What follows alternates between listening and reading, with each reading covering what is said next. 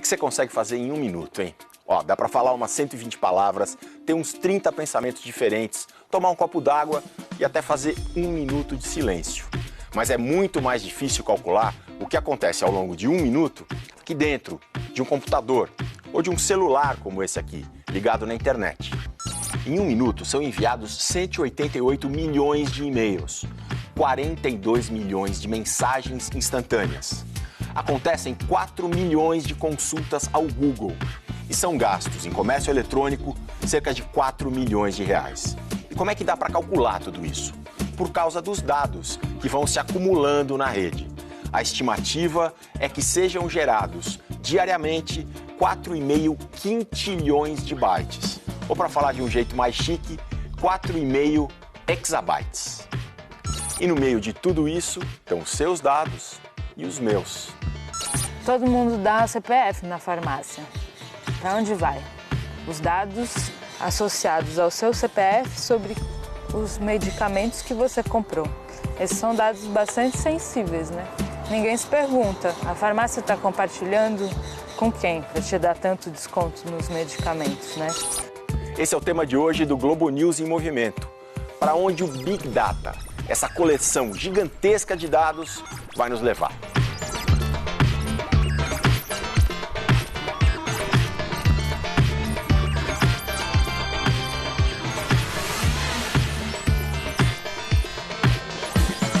Bit é a menor unidade de informação memorizada num computador. Um byte é formado por 8 bits. A palavra amor consome 4 bytes.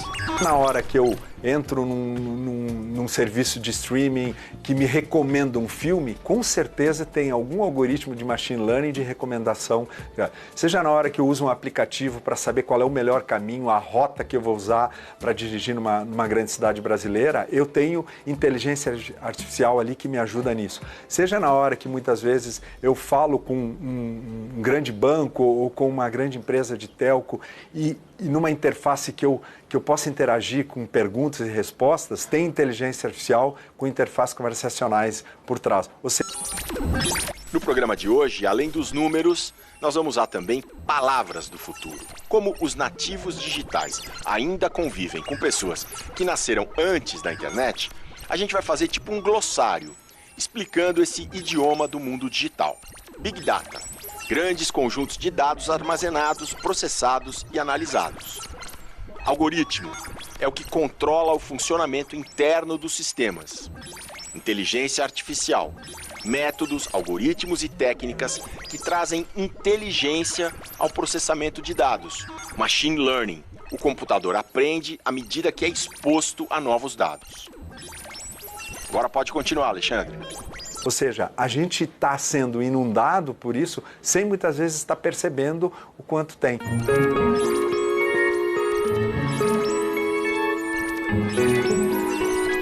Essa aqui é uma das ferramentas que a gente tem para a construção de assistentes cognitivos. O que é um assistente cognitivo? Um assistente cognitivo é daqueles sistemas que a gente já consegue interagir com eles, até pelo celular, para na hora de estar contactando alguma empresa de telecom, por exemplo. Por favor, diga seu nome.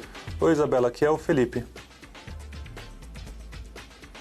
Olá, Felipe. Como posso ajudar? Isabela, eu estou insatisfeito com o meu plano. Você gostaria de mudar de plano? Gostaria sim. Isabela, eu preciso do plano mais barato, porque está difícil ultimamente. Quer dizer, Entendido. A mudança para o plano conectado será o sistema vai pescar é a palavra barato. Tudo isso aqui, a inteligência artificial ela só entende texto. Então aqui, quando eu estou falando com o telefone, ele está pegando o áudio que eu estou falando, transcrevendo para texto, e isso é muito rápido, né? Pega o texto, manda para o motor volta com a resposta em texto. Então, uma resposta que aparece dada por um assistente virtual, ela sempre foi escrita por alguém. Perfeito. Não é que a inteligência artificial criou aquele texto na hora. Não, perfeito. Tá? A inteligência artificial entendeu a pergunta e aí forneceu uma resposta pronta. Sim. Estava escrita antes. A ideia é que o robô está facilitando a interação entre o cliente e uma pessoa que realmente sabe do assunto. E se você começar a xingar assistente virtual, o que acontece? O que infelizmente às vezes a gente perde a paciência nesse Acontece. Nesse caso aqui não tem problema. Se eu começar a me estressar com ele, ele detecta meu sentimento pelas palavras que eu estou usando, ele vê se eu estou nervoso, se eu estou ansioso ou algo do tipo. Ele automaticamente já transfere para um atendente humano. As máquinas cada vez melhoram em nos dar as respostas, mas nós humanos estamos evoluindo em cada vez fazer novas perguntas. O que diferente dá para se fazer? Então essa capacidade de criação, de criatividade, com certeza ainda é uma qualidade nossa em como explorar essas tecnologias e tirar o melhor proveito.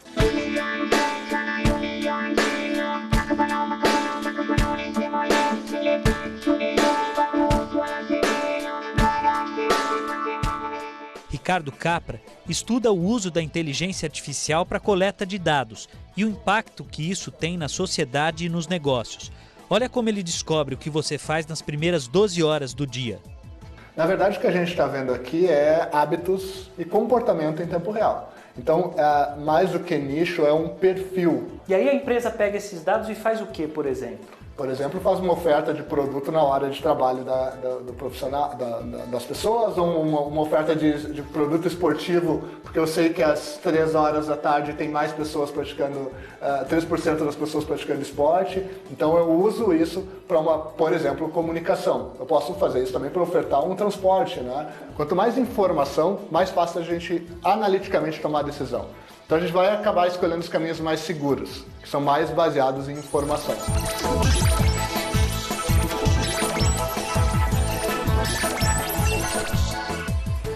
Você já parou para pensar que uma atividade tão corriqueira como fazer compras pode revelar tanto sobre uma pessoa? Aqui dentro desse carrinho tem algo muito mais poderoso do que os produtos que eu quero levar para minha casa. Informação. E é por isso que as empresas querem saber tudo o que você compra. Por exemplo, se você consome fralda e não compra o lenço umedecido, significa que você está comprando esse lenço umedecido em outro estabelecimento. E então eu tenho uma oportunidade clara de aumento do seu ticket médio, ofertando um produto que não é o que você vai comprar. Farmácias, instituições financeiras ou supermercados como este contratam a empresa onde Israel trabalha para conhecer cada um que chega aqui. Diante das informações do cliente, são oferecidas promoções exclusivas. E assim, adivinha, você acaba consumindo mais. Algumas pesquisas já falam que em mercados mais desenvolvidos, cerca de 800 bilhões de dólares serão movimentados através de personalização de ofertas. Imagina você identificar quem é fidelizado, quem é ocasional, numa base de milhares de clientes, ler milhares de transações, que é o que está acontecendo no ponto de venda, tomar essa decisão em tempo real e comunicar isso para o cliente ao mesmo tempo. Não tem como você fazer isso se não com tecnologia. Então a gente ensinou o robô a fazer isso. Se as nossas fornecedoras são bem escolhidos por nós, eles vão conseguir entregar coisas que a gente nem sabe que a gente precisa, mas que vai fazer sentido na hora. Muito provavelmente meu CPF deve estar no banco de dados de vocês. Se você consome supermercado, posto de gasolina ou farmácias, provavelmente sim. Vamos ver? Vamos. Você é um cara que faz tempo que não abastece. Vendi meu carro. Ah, viu lá. Vendi meu carro tem uns 4 meses. Por causa do Globo News em movimento, inclusive. Você é um cliente em recuperação e eu vou tentar te atacar ou te ativar para fazer você retornar. O pensamento humano se desenvolveu com a evolução da vida. É produzido pelo mais complexo dos órgãos, o cérebro, uma massa com 90 bilhões de neurônios. No futuro, qual vai ser o tamanho da inteligência humana diante da inteligência artificial? A inteligência artificial no futuro vai estar em tudo, nas coisas mais simples e complexas, como nessa cadeira de rodas, feita para quem não tem nenhum movimento dos membros. E ela funciona com um simples movimento da sobrancelha. Sobrancelha para frente. Beijinho para.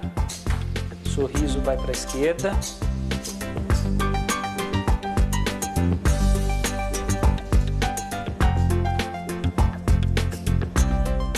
A tecnologia é tão incrível que a gente vai se acostumando com a inteligência artificial. Ela vai obedecer o comando de quem está na frente da cadeira. Se alguma pessoa aparece por trás, ela identifica quem é a pessoa que está usando e não deixa que nada o atrapalhe. Quanto é que custa uma cadeira dessa? A gente viu o kit de graça para o cliente e cobra uma mensalidade. Ele leva apenas 7 minutos para instalar em qualquer cadeira de rodas motorizada hoje no mercado. Então ele instala o computador de bordo, que é super simples, a câmera, e aí ele baixa o nosso aplicativo. Conecta via Bluetooth no computador de bordo, configura as expressões que lhe é mais confortável, no caso quem vai configurar é o cuidador ou o familiar, e aí você vai estar apto a utilizar a cadeira. Quanto mais os dados circulam, mais são coletados, mais os computadores aprendem. No Departamento de Epidemiologia da USP, na área de Estatísticas da Saúde, a gente entende rapidamente o que é o chamado Machine Learning, o aprendizado de máquina. Tá vendo essa tela? É isso. O computador vai aprendendo, e aqui surge um termo novo, a rede neural.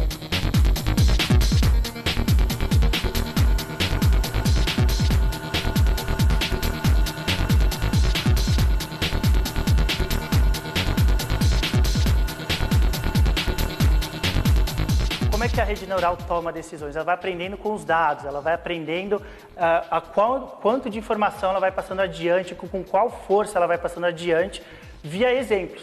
Tá? Então você vai passando milhares ou milhões de exemplos e ela vai aprendendo a tomar uma decisão, por exemplo, diagnóstica, que é como os médicos aprendem. A grande diferença é que essas redes neurais artificiais, elas veem milhões de exemplos, milhares e milhares e milhões de exemplos, coisa que poucos médicos vão conseguir ver ao longo da vida.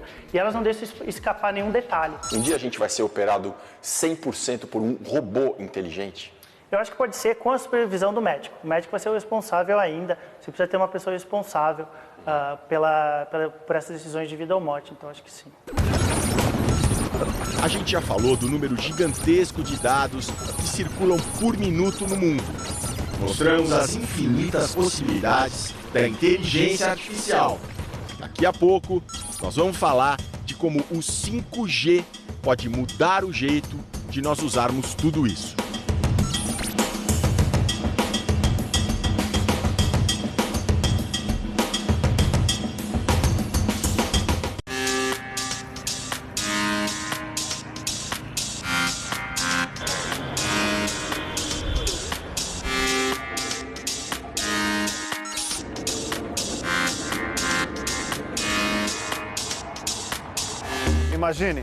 Imagine uma cidade cheia de sensores, no alto dos prédios, nos postes, nas lixeiras, nos monumentos bem discretos.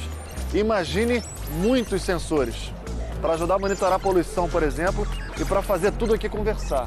Os ônibus, os carros, os pedestres, os medidores de poluição, tudo trocando informação. Imagine. Essa pequena revolução está prestes a começar. A combinação 5G, internet das coisas, inteligência artificial e o Big Data, esse grande volume de dados, promete criar um novo mundo, que nem está tão distante assim.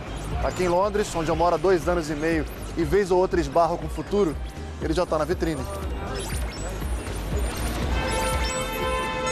A tecnologia 5G de internet é pedra preciosa quando o assunto é futuro. As duas maiores potências do mundo, China e Estados Unidos, por exemplo, travam uma guerra comercial para ver quem vai dominar o mercado. No epicentro da guerra está a Huawei, a segunda maior fabricante de smartphones, que é considerada a líder mundial no desenvolvimento da rede 5G. Trump proibiu uma centena de companhias associadas à empresa de se instalar e negociar em solo americano. O presidente alega que a empresa é uma ameaça à segurança nacional.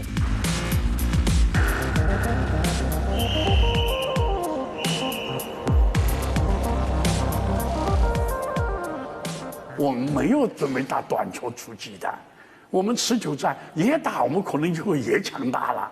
当然，今天呢，有人也说5G将来会不会分裂成2种标准？ Desde 2013, Shenzhen vem investindo mais de 4% do PIB em pesquisa e desenvolvimento. Virou um polo tecnológico batizado de Vale do Silício Chinês. Por aqui, o 5G está em teste e o uso comercial deve acontecer ainda esse ano. If you look at the numbers of the contract, numbers of the deliveries, we definitely is the number one as compared the other vendors. I give you the figures. Currently, almost have a 40 plus commercial contracts come from Middle East, China, and Asia Pacific regions, and also European.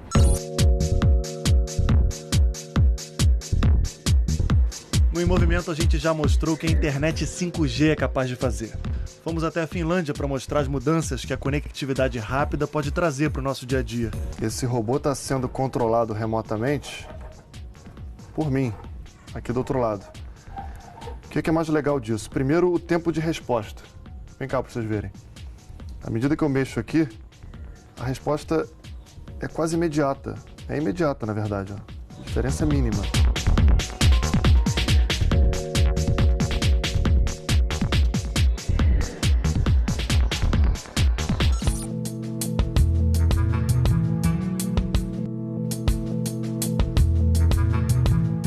O Instituto Nacional de Telecomunicações, o Inatel, desenvolveu um projeto chamado Smart Campus.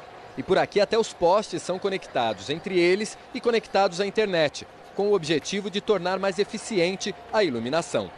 Usando o meu próprio celular com uma senha, eu consigo acessar toda a rede de iluminação e descobrir, por exemplo, quanto cada lâmpada está gastando.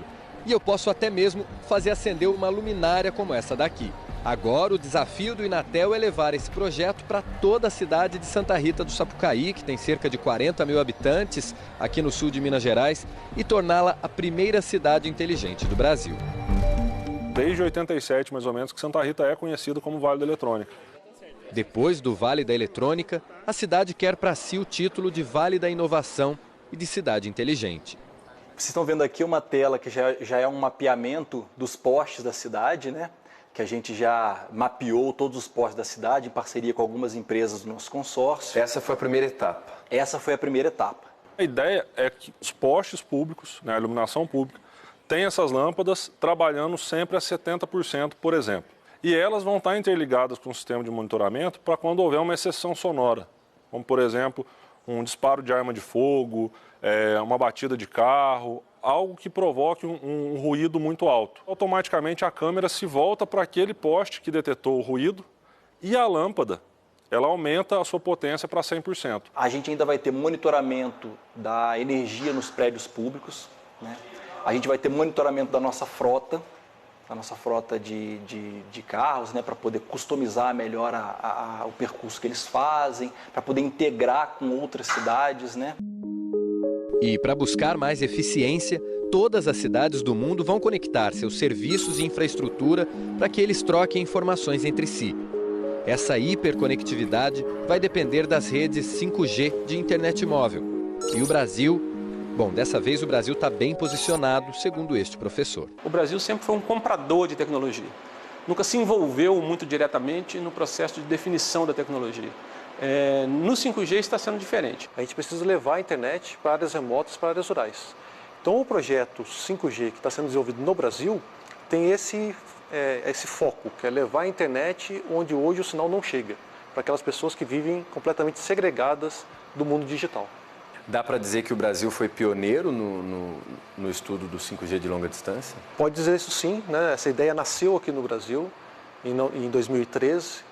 E isso foi levado adiante até a Europa primeiro. Nosso primeiro parceiro nessa luta foi a Alemanha, que comprou a ideia, entendeu o mercado.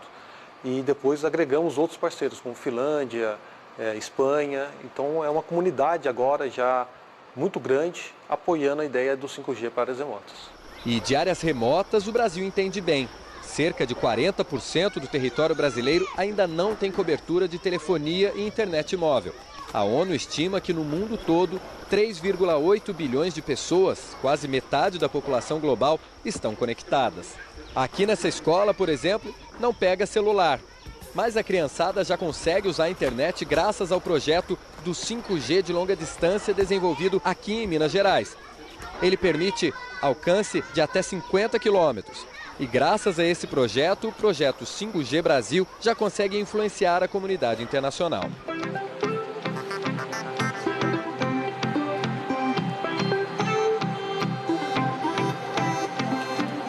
Os pesquisadores também trouxeram para esta escola da zona rural de Santa Rita do Sapucaí uma horta conectada no 5G. Os uso da tecnologia ela permite essa melhoria no mesmo pedaço de terra produzir mais, né? No caso aqui a gente colocou 3 canteiros que estão sendo monitorados em termos de umidade, né? Esses sensores de umidade aqui que estão levando a informação para um painel de controle feito em software, né? Que pode ser aberto no PC ou no smartphone. E a tendência de longo prazo é se tornar independente da interferência humana na operação. Quer dizer que aquela tarefa repetitiva do dia a dia ela é feita de forma autônoma como um sistema autônomo humano, né? Você libera a consciência para fazer outras coisas. Para onde a consciência humana vai nos levar, para onde a tecnologia vai nos levar, a gente ainda não sabe. It's a very small question. It's true that I have been involved with the internet for a long time, from the beginning. And at the time the internet was started, all of us who were involved had a very utopian feeling. We had a feeling that if we could just connect people together better, then the world would get better. On some level, I still believe that, but what happened is the internet was taken over by a few corporations, like Facebook, which owns WhatsApp and Messenger. And these companies don't make money in a normal way. Each person is being measured and modeled and predicted all the time so that the person becomes addicted, so that the person becomes attached to the service.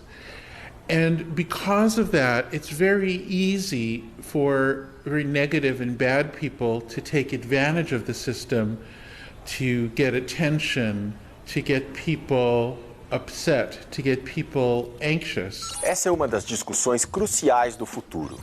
Quem é que vai responder pelos erros ou até pelos crimes que sejam cometidos pela inteligência artificial?